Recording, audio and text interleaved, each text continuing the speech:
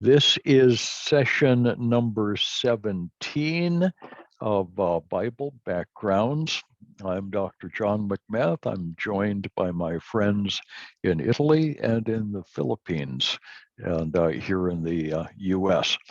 We are studying the archaeology, the history, the literature, the culture, and whatever else I can find that provides context and background for the biblical narrative.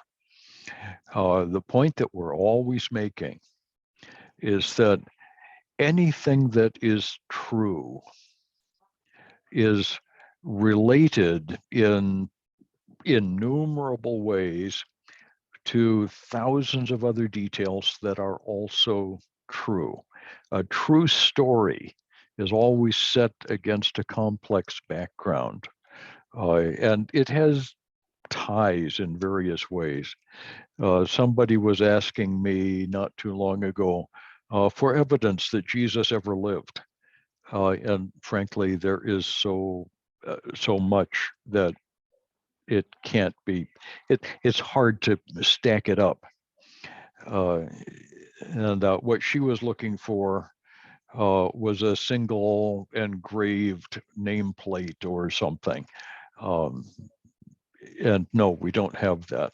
What she would count as evidence doesn't exist, but there's tons, literal tons of individual trivial details, all of which tie together to demonstrate the general truthfulness of the entire Bible, and often the specific accuracy of particular affirmations in the Bible. So that's what Bible Backgrounds is for. The way we use these most of the time in teaching is to provide illustrations. You know, here's where this happened. Here's how this happened. Here's what it is. Okay, let's go right in. Today we're going to be looking at. Let's see if I can make it work.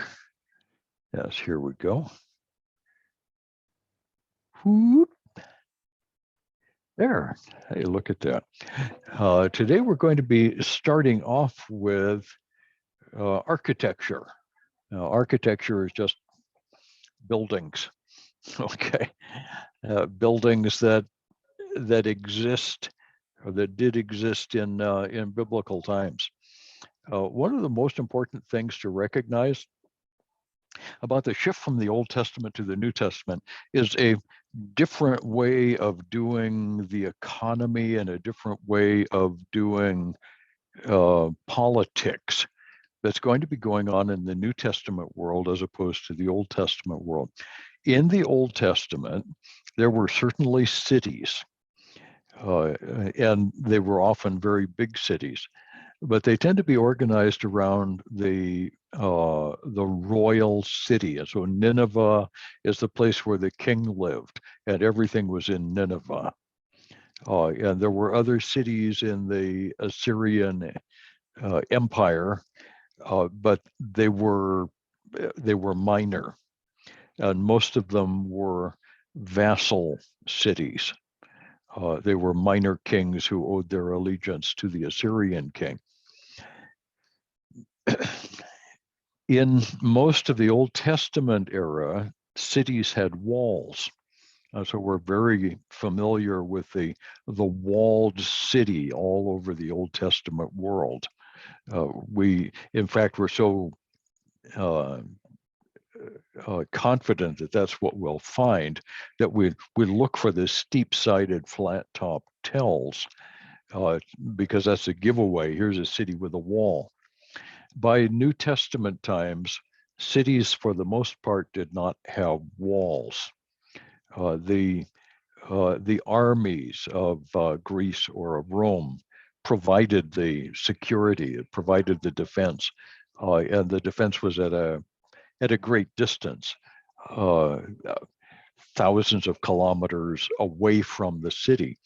And because of that, cities tended to spread out, and we begin seeing monumental stuff going on.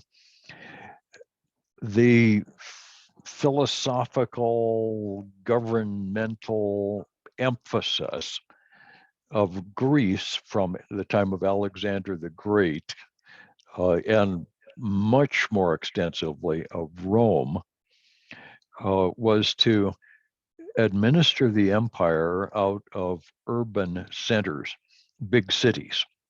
And those big cities, all spread out, carried a common culture. The same kinds of architecture, the same kinds of city planning, the same kinds of technology were common in all of the cities of the Mediterranean world. And we see that today. So here's a couple of photographs. One from, oh my goodness, I think this is Palmyra in Syria. The one on the right is Jerash in modern Jordan. And both of these cities were laid down first by the Greeks, and they were expanded by the Romans. The architecture shows the changes over time, but the same basic ideas. Greece began to build cities like Alexandria in Egypt, for example, primarily for economic reasons, trade as transport hubs for military movement when that needed to happen. Many of them were built close to coasts so that the Mediterranean could be used for transportation. Places like Alexandria, Ephesus, and others. Rome had its seaport at Ostia, and these seaports served multiple purposes at once. They were nice places to live. A big city could happen there. Transport by land and sea could happen there, and the governor could live there and take care of business in his province. And the cities were not primarily military outposts. In the ancient world, we think of a city with big walls and towers and strong gates and all of that, because the defense was the city itself. By the time we get to Greece, the security is at a great distance. The Persians were beginning to think that way, but it never really happened. The Greeks really did it. They believed in free people making independent decisions, and everybody getting together and voting.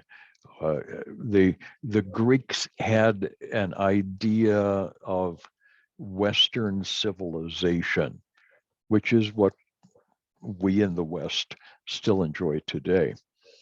The Romans just built on that. Rome built on the Roman city pattern, only bigger. I'll show you some examples of that as we get a little farther along. As you can see the relationship between Greek and Roman construction. Let's see if I can make this go on to the next slide. There we go. This is an example of the Hellenistic city. This one happens to be Philippi. We'll come back to Philippi later. I want to show you a bunch of details of Philippi. It's a pretty neat place. At a great big ruin field, really quite immense. But the Hellenistic city has the main pattern of a central street, usually with some temples, and a place for public get-togethers. We called it an agora, and I'll show some pictures of that a little later. The Romans invented a much more complex thing, but the Greek idea, a straight line with housing laid out in blocks, and the Greek blocks tended to be square. When they would build on a flat place, they would lay out square blocks with actual straight roads in between the square blocks. This is completely unlike the Middle Eastern cities of the Old Testament, where there were often no streets at all. People actually climbed over one another's roofs in order to get into their homes, or where if there was any kind of a street plan, there was narrow little alleys in between buildings. The Greeks decided that we're going to spread out a little bit.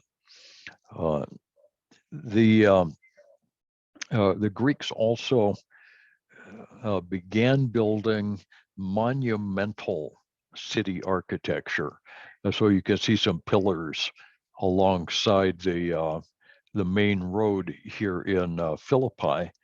Those pillars that are actually just the few that still remain, the pillars were part of the commercial district.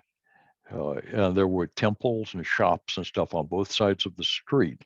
At a well-paved street, this particular street is a famous road called the Egnatian Way that connects the Middle East at Constantinople with Italy. Goes right across Europe with connections by sea when it was necessary. It's a very, very important road, and Paul is going to use that particular road. Okay. This is in Israel. This is the city of Bet Shan in northern Israel on the Jezreel Valley. And the ancient city of Bet Shan is easy to pick out. That's that flat top, steep-sided tell in the background. That's the place where King Saul and his son Jonathan were hung out to dry. That goes back to probably 2500 or 3000 BC. It's a very, very ancient city. The New Testament era city is the lower city that you see in the foreground.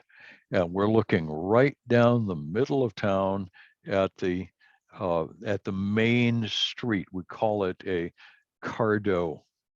The main drag is always the cardo maximus, the big cardo. Cardo just means a colonnaded merchants street. The cardo included temples, shopping, craftsmen's shops.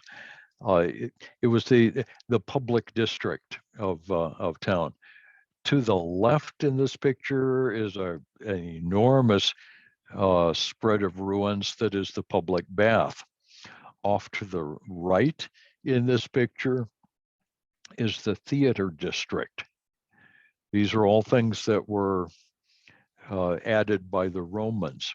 So Bet Shan starts out as a Greek city, grows up during that period when the Hellenistic movement was strong in Israel, and then it became a Roman city, and it continued to be a major Roman city all the way through the New Testament period and long into the Middle Ages. It was finally not destroyed until the Muslims came through, destroyed the old Roman city, and rebuilt a new city in its place. And there is a modern city of Bet Shan built in this same place. It's still there in modern Israel today. This is yet another town in Israel. This one is Sepphoris. And this is the market street. You can see two pillars that are still standing. There are other pillars that were knocked down and haven't been put back up again.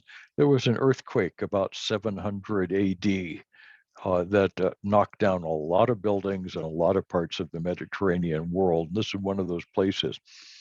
Sepphoris has a wide open space, and we're looking into it here, called an agora. The agora is simply the marketplace.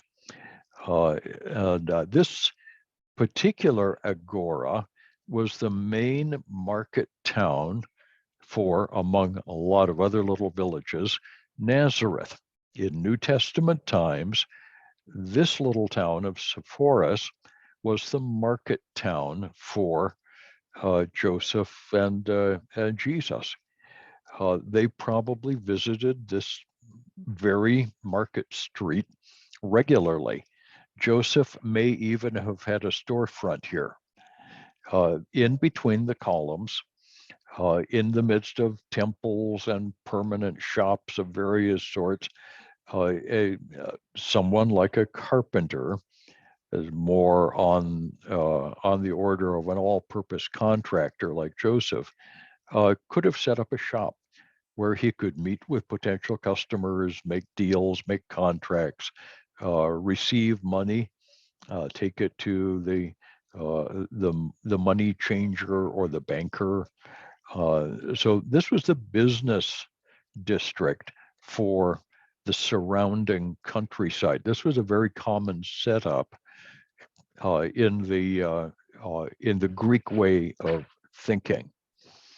Okay, in Italy, let me show you one in the south. This is southern Italy, the Greek temple area of the town of Paestum. So here's the main street, and you see a mom and two kids walking down this paved street. That's actually a Roman road, but it's built over the top of the original Greek road. The temples there are the largest collection of Greek temples outside of Greece itself. As a matter of fact, they're more convenient than most of the temples in Greece. So if you ever get really, really curious about Greek temples, Paestum in southern Italy is the place to go. It's just south of Naples. Well, actually, just the south of Naples and south of the Sorrento Peninsula, and down a ways, and you'll find it on your map long before you get to Reggio Calabria or Cosenza. Cosenza is a little south of Paestum, but there it is. And it's a fascinating place. I'll be showing you, I think, some more pictures from Paestum along the way, because we need to look at the architecture. Those temples are distinctively Greek. The idea of using these fluted columns with heavy stonework over the top, that's a distinctively Greek thing to do. And we'll see a bunch of that. The Romans figured out how to do it better, which just figures.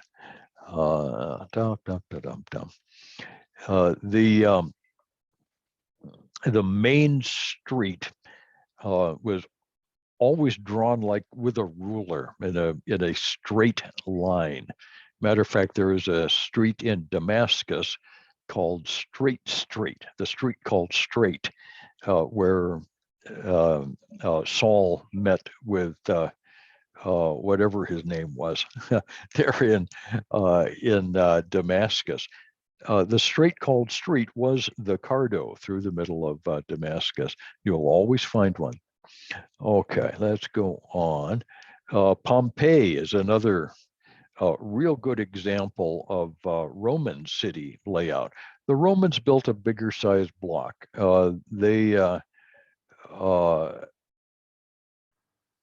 They started off with the Greek tradition, and then they built bigger and better. Okay, roughly they would build a city that was made up of 100 blocks. A 10 by 10 block was the core of a city, and each Each square, each block was about 2,400 feet to the side. And this is a residue of the Roman way of surveying. It was just, they could do right angles very well, and they could lay things out easily. So Pompeii is on the left. It's got Greek roots. And when it was destroyed in 80 something AD, when Vesuvius buried it, the Romans built a new city, new, Polis, Neapolis, or Naples.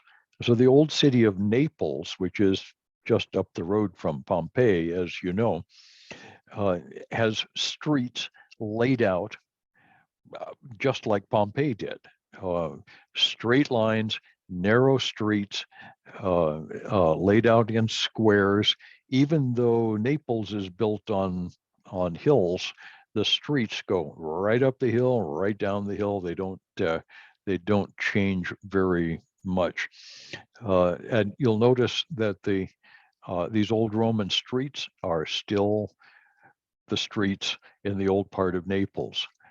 This is one of the reasons that Italians drive small cars, because you've got to drive through streets like this. You can drive the freeway. You can drive with anything you've got, but if you ever get off the freeway in Italy, you're going to be in streets like this because the Romans didn't need anything wider.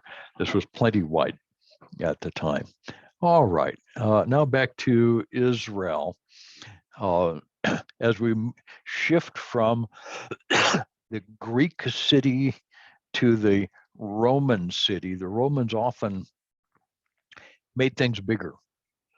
So in a Roman city, in addition to the Cardo Maximus, there is a Cardo Decumanus. Cardo Decumanus is at right angles to the Cardo Maximus. And that produced a not only a north-south, but an east-west. And at the place where the two main business streets intersected, there was a major public area. And here in Bet Shan, we're looking down on the central square of the city. And most of the marble, the white marble that you see, is temples, major temples, a temple of Jupiter, there's a temple of Aphrodite, there's a temple of whatever. There's half a dozen temples right here in this central area. And the temples are closely associated with the government buildings.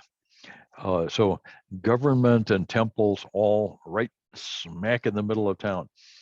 The Romans liked to have it that way. It made it possible for all of the most important functions of, well, the government to happen right smack in the center of things. So central control is a philosophy that finds its outworking in architecture. Okay, the same Cardo is found all over the place. Jerusalem has a Cardo. And the marble floor of the Jerusalem Cardo dates back to the time of Christ, or shortly after that. I believe it went down in about 70 AD. The overarching construction is actually from the Crusader period, way later. But the Cardo itself dates back to the original Roman construction in Jerusalem. The city on the right is Ephesus, and I'm looking down the Cardo Decumanus, the second street. This is the Valley Street, going the length of the long valley that Ephesus is built in. And it will come down to the intersection at the theater with the Temple of Aphrodite. The center of town is at the main intersection. This Ephesian cardo is decorated with the magnificent colonnades. The pattern takes place earliest in the east. We see it at Geras and Caesarea Maritime, Jerusalem, Samaria. But here in Ephesus is one of the greatest existing expressions of this architecture. Ephesus was destroyed in an earthquake in the 700s and never rebuilt.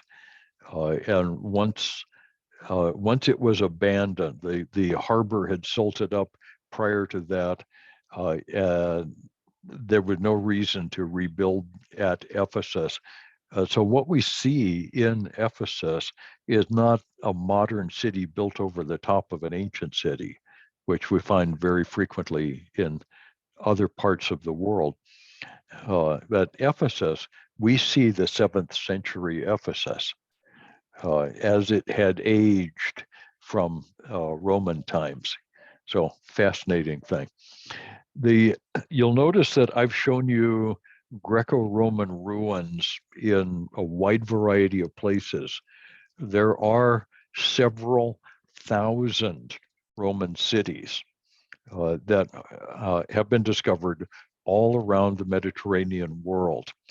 North Africa by itself has about 1,000 ruins of various kinds. Leptis Magnus is one of the most famous ones, but there are ruins of cities all across the northern rim of Africa.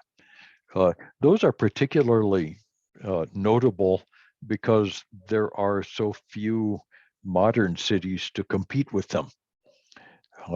In North Africa, if you can ever get in and ever have the security to go to North Africa, which, by the way, I don't recommend. It's actually a difficult place to travel and a very dangerous place to travel. Boko Haram is at work there. It's a difficult place. A lot of military restrictions in all kinds of places.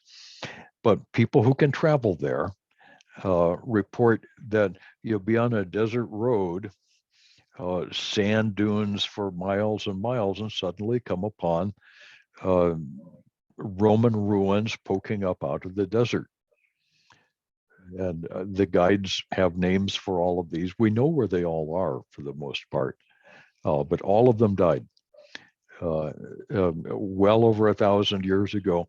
When the Arabs invaded North Africa, one of the things that they did was to destroy the agriculture in North Africa. And that literally changed the climate. It made for less rain because the irrigation wasn't happening, and because the agriculture couldn't happen without the irrigation. And slowly it developed what today we call the Sahara Desert. Now, there was desert farther south, but along the coast used to be a breadbasket for the main European cities of the Roman Empire. And as we say, there's ruins of 1,000 cities in North Africa. All of those are gone today. And what's in its place is nothing even remotely as nice. So we've talked about a bunch of Roman cities, Greco-Roman cities. These are spotted all over the Mediterranean world. These form the core for transportation, for trade, for military travel, for communication of all sorts. The cities were places where there was education, where there was a middle class, where there were significant numbers of people. And this Greco-Roman urban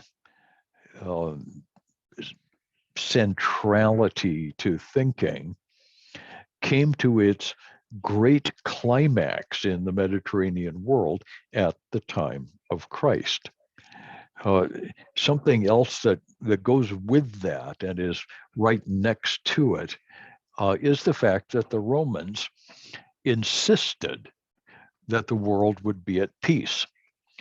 Uh, we think of the Romans as being a particularly brutal sort of a military, and they were. When the Roman army came after you, you knew that you'd been come after. The Roman army was not gentle in any sense of the word. They definitely could be horrific, uh, but that was a good thing in its way. The Romans came into the Mediterranean world and essentially said, we're all going to be at peace here. And you can make up your mind how you'd like to be at peace. You can be at peace because you play by our simple rules, or you can be at peace because we kill you. It was essentially like that, a bit brutal. And from the time of Julius Caesar on, the emperors were in fact dictators. But the Roman dictatorship imposed a peace on the entire Roman world, uh, quite quite beyond anything that Alexander the Great ever managed. Alexander was good, and the Greek government was good as far as it went. But the Caesars literally took control of the entire civilized world. It was rather an amazing thing, and it lasted for 1,000 years. The Roman peace, or Pax Romana, made possible uh, a an empire-wide prosperity when you're not spending all your time and money just trying to survive and trying to stay out of the way of the bad guys who are coming to loot your city and tear down your walls. Uh, uh, People can put most of their efforts into doing their jobs, raising a family, and otherwise developing a prosperous life. The Romans understood that. They understood that peace is good for business. And if they went to war, there was nothing personal, you understand. It's just business.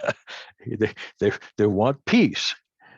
And if we have to go to war in order to maintain the peace, that's what we will do.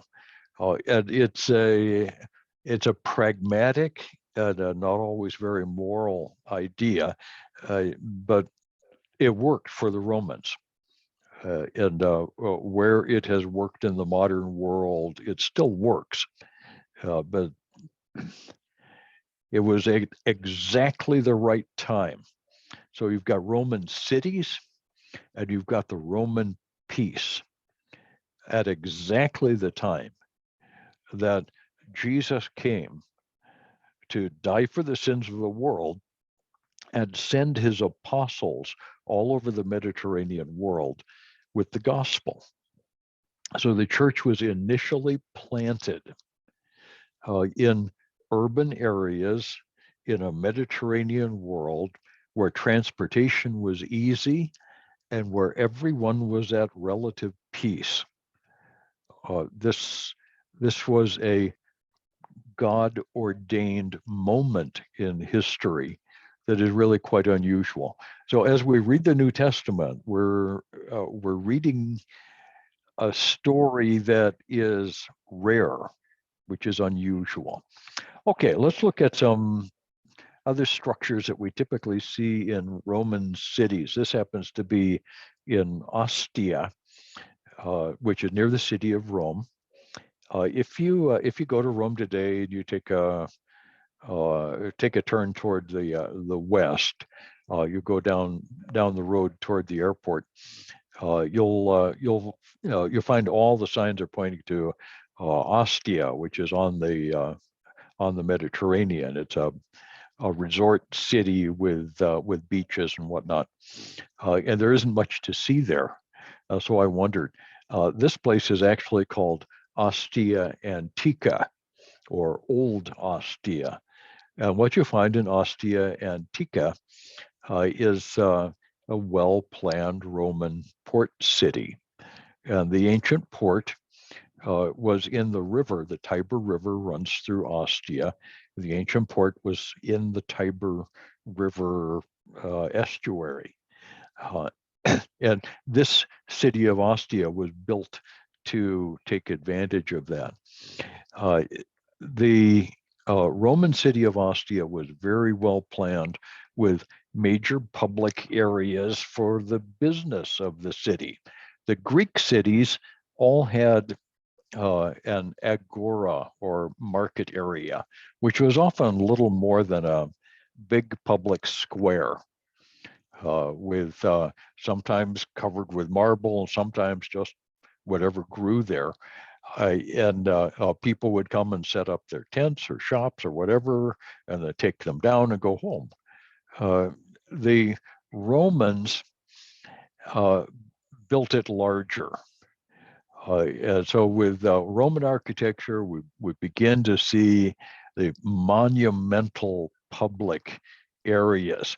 Here's another shot in Ostia to the left. That's a temple in amongst the trees. The shot to the right is the Forum in Rome. So a forum, fora is plural. Some cities like Rome, like Pompeii, have multiple forums. So the plural is fora. Ostia had numerous forums. The forum includes an agora, and it tends to be in a central location in town. It's paved with limestone slabs and surrounded by a colonnaded portico. So the columns support arches, which provides a bit of shelter for shops and temples. Sometimes the local government was founded or housed right there in the forum. In some places, there was a separate governmental forum. So here in Rome, the Roman Forum in the middle of town near the Colosseum was entirely government stuff. The Senate was there. The Vestal Virgins were there. The Temple of the deified Julius Caesar was there. All the stuff that's a part of the Roman government function happened in the Roman Forum. And right next door to the Roman Forum was the Palatine Hill, the place where the noblemen of Rome had their palaces. So Rome is a little different from everywhere else, but it's similar in enough ways. This is Pompeii, and is a good shot of a structure we call a basilica. This group is a group of kids that I brought down to Pompeii from the north, from San Lorenzo and Pordenone. We took the bus overnight down to Pompeii, and I would spend 3 or 4 hours taking the group through Pompeii. On the left side of this group, you see a couple of ladies who don't look like college students.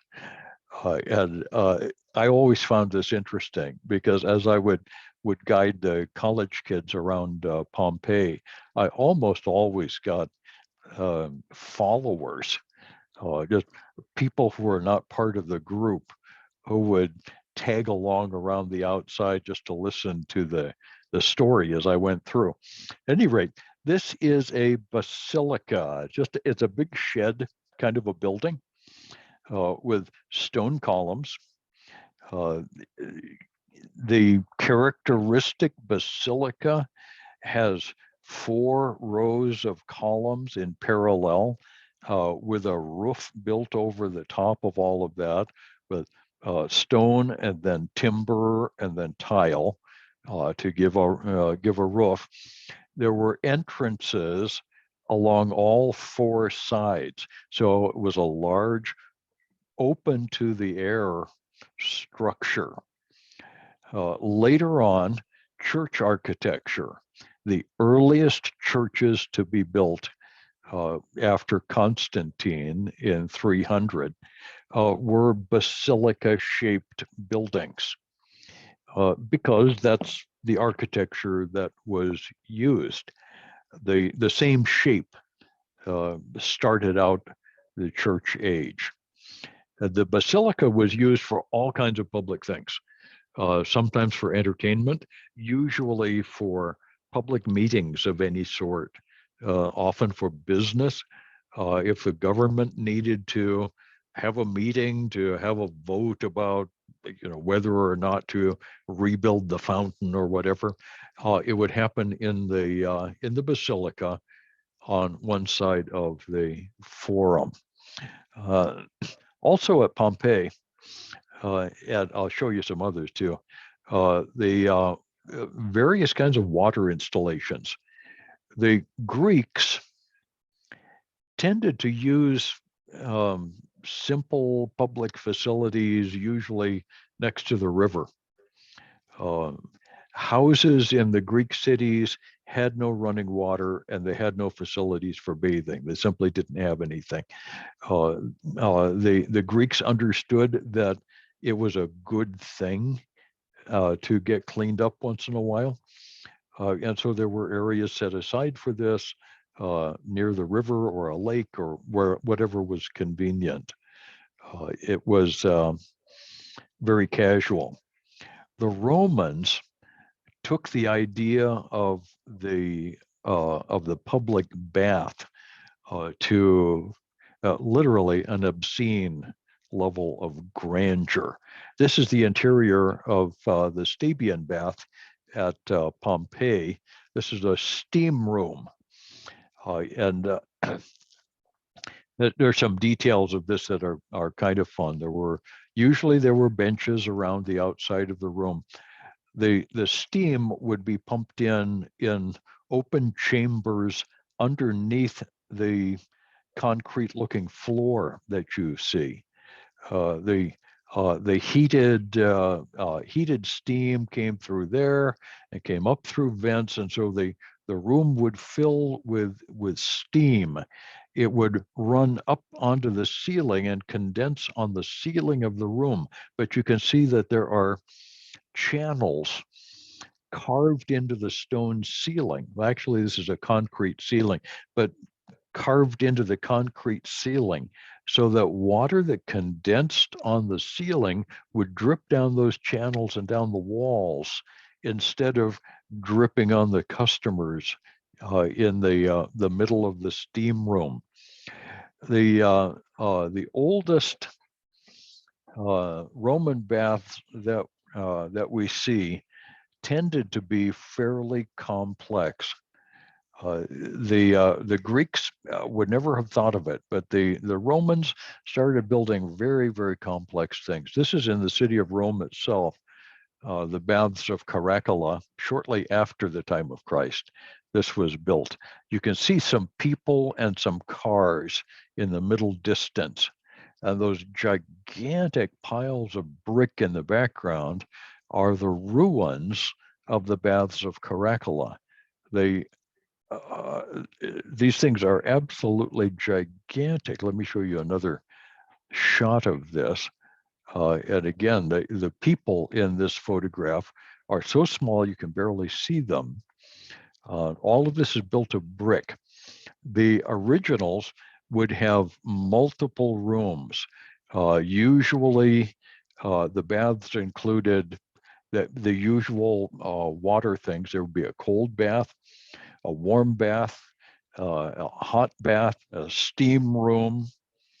In addition, there'd be a gymnasium, which was a place for exercise, and there were often stores for shopping. There would be a library, an exercise yard, place for poets and philosophers to lecture, but unfortunately, all for the men. The ladies were allowed to come into the bathhouse but they had one small area to change and go into the cold baths, and that was it.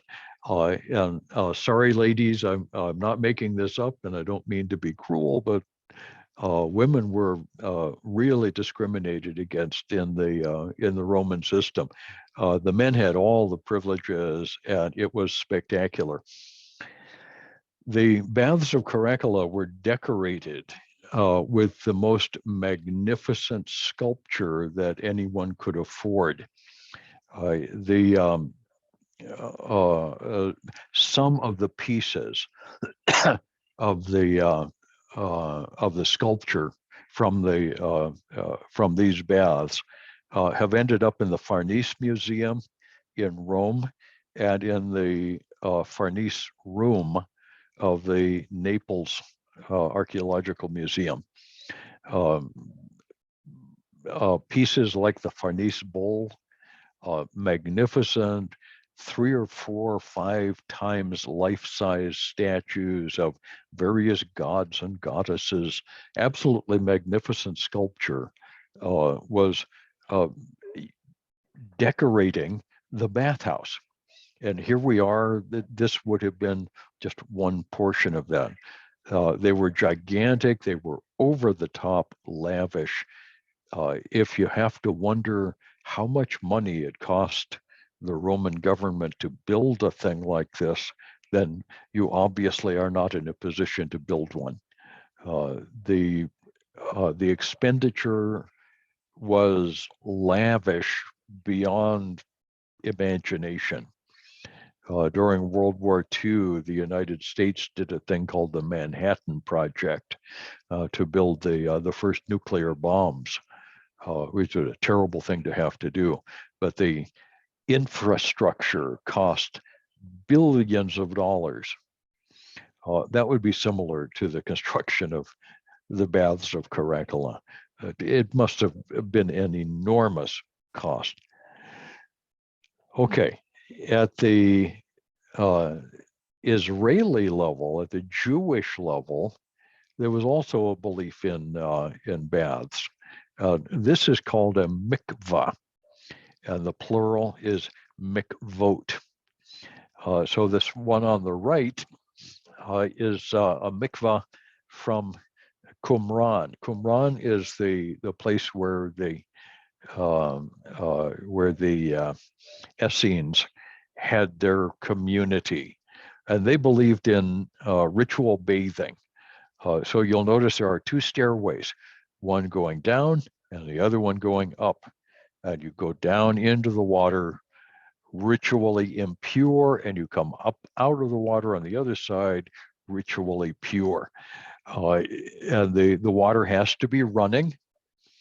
So in this photo, you can't really see, but there's a channel where an aqueduct brought water into the community, and that filled up each of the mikvot in the Qumran community. There were about 20 of them. And the water then ran out the far side. That's a huge amount of water for a place in the desert. Just amazing. Interestingly, there's a similar installation in Jerusalem. This is the Hasmonean villa underneath some buildings in the modern old city of Jerusalem. And you'll just have to take my word for it that this is part of a mikvot complex. In order for water to get where we want it to go, that says near Philippi, and it's not. This aqueduct is outside of Caesarea in Israel, and this aqueduct is near Philippi in northern Greece. The aqueduct was designed to take water from the mountains to the cities where it was needed, and the Romans specialized in this.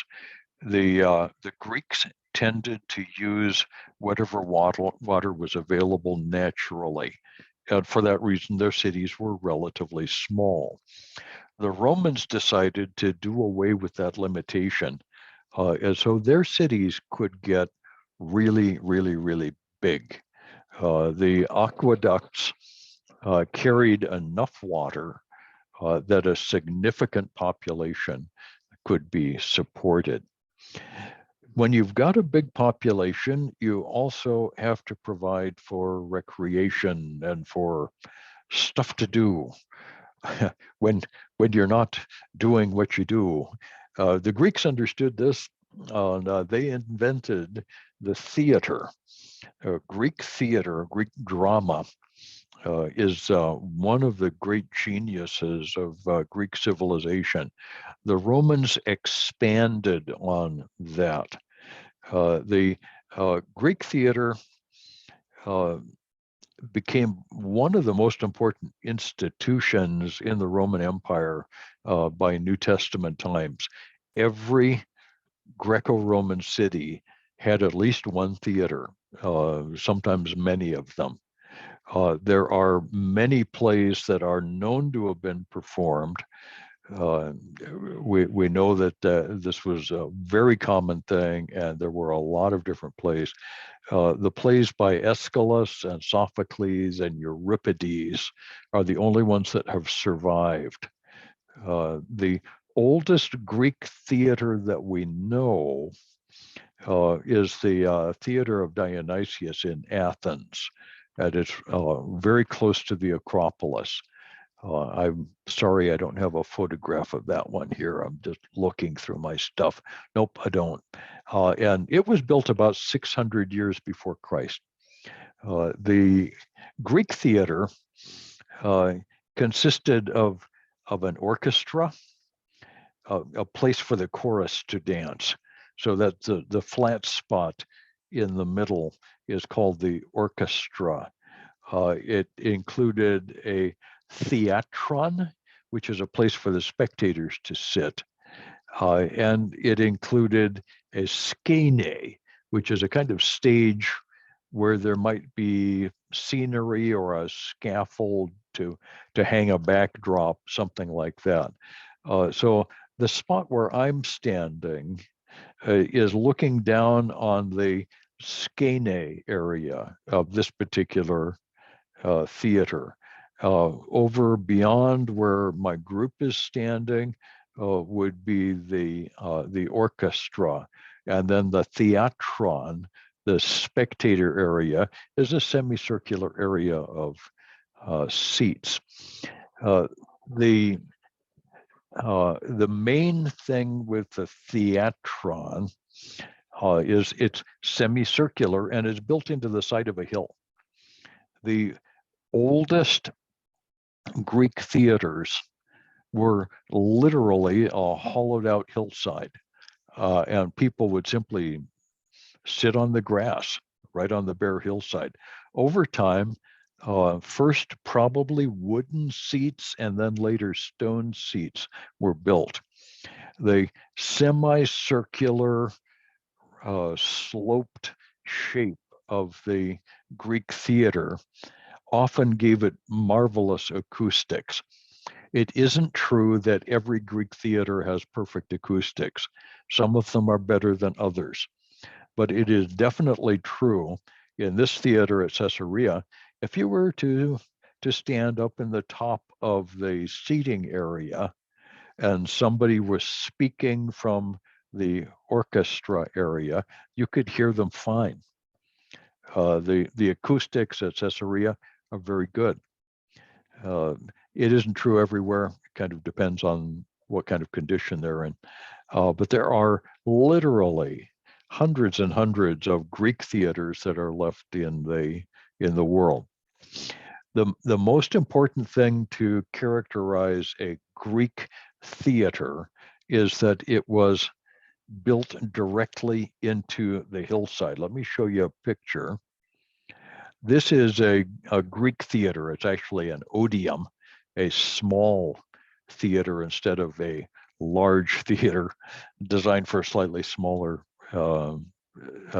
spectacles, smaller performances. But what you can see from this one is that it is cut directly into the living stone.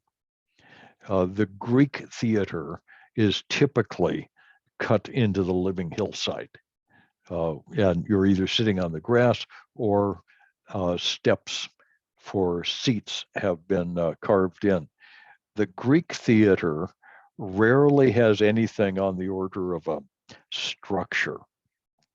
It's always out in the open.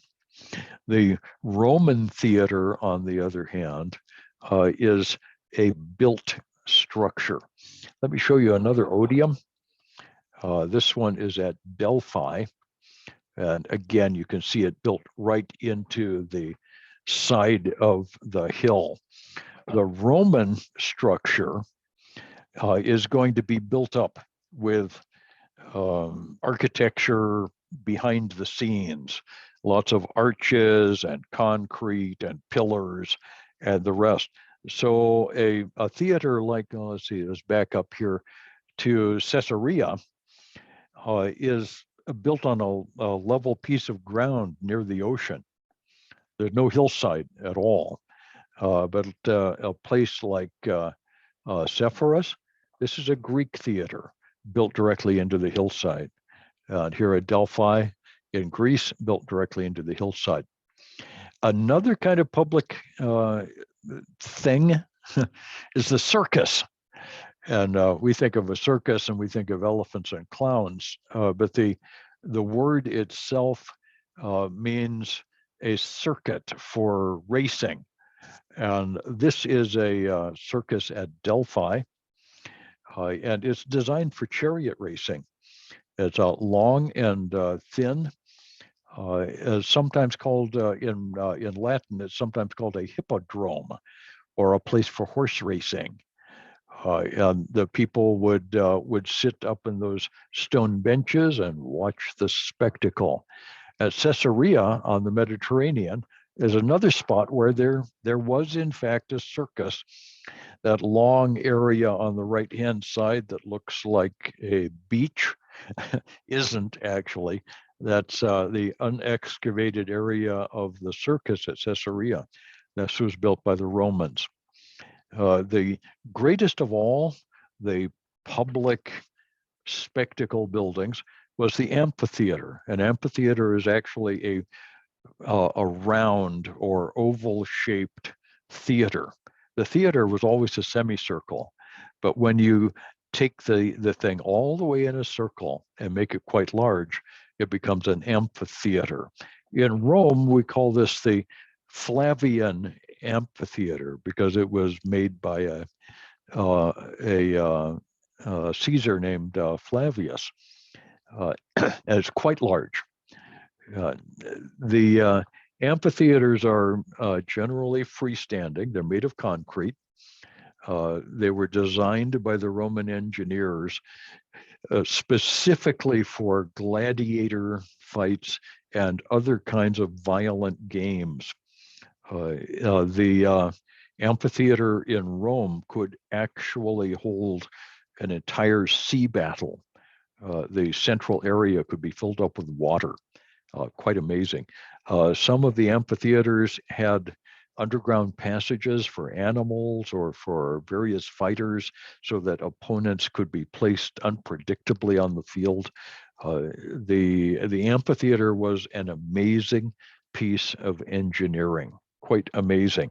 We find them in most large Roman cities. So here's an example in Verona, which is in Italy, of course. And this is Roman. You can see the doorway coming in and also going out. So if you're coming in or out of the amphitheater, you come in through one of these farther up the streets. You can see smaller doorways. These have a funny name. They're actually called the vomitoria. When people would come out of the theater at the end of a show, it was like someone vomiting. Off it would go. If we look inside the amphitheater at Verona on the left. That's Donna standing in some of the interior structure. There's a whole lot of engineering that went into the amphitheater at Verona. The amphitheater at Pompeii is a smaller one. It would seat about 20,000 people. And here you can see a little of the exterior structure. That's a set of stairways coming up from two sides, going up into the spectator area of the Pompeii amphitheater. And that probably would be a good place to quit for the day. When we get back on Monday, I'm going to continue by introducing you to religious and domestic structures, and particularly synagogues. And we'll start at Katzrin, one of my favorite places in Israel. And so that's what we'll be looking at on Monday. We'll continue this. I'm hoping that this is some help. No, just is like I've said before, this is 3,000 slides from a moving tour bus. I'm showing you as much as I can. All of this was stuff that the biblical characters at the time of Christ would have been familiar with. Paul would have known all about this. When we look at theaters and what Paul made his defense in theaters. These are all things that would have been a part of the everyday life of New Testament people. So we'll see you again on Monday. God bless everybody. Have a really good weekend. This is Easter weekend. So happy Easter. He is risen. He is risen indeed. Amen. He's risen indeed. God bless everyone. We'll see you again. Thanks, Doctor. Love you all. Bye-bye, everybody. See you Monday. Okay, bye-bye. Thank you, Dr. John. Bye-bye. Ciao, ciao. Thank you. Thank you.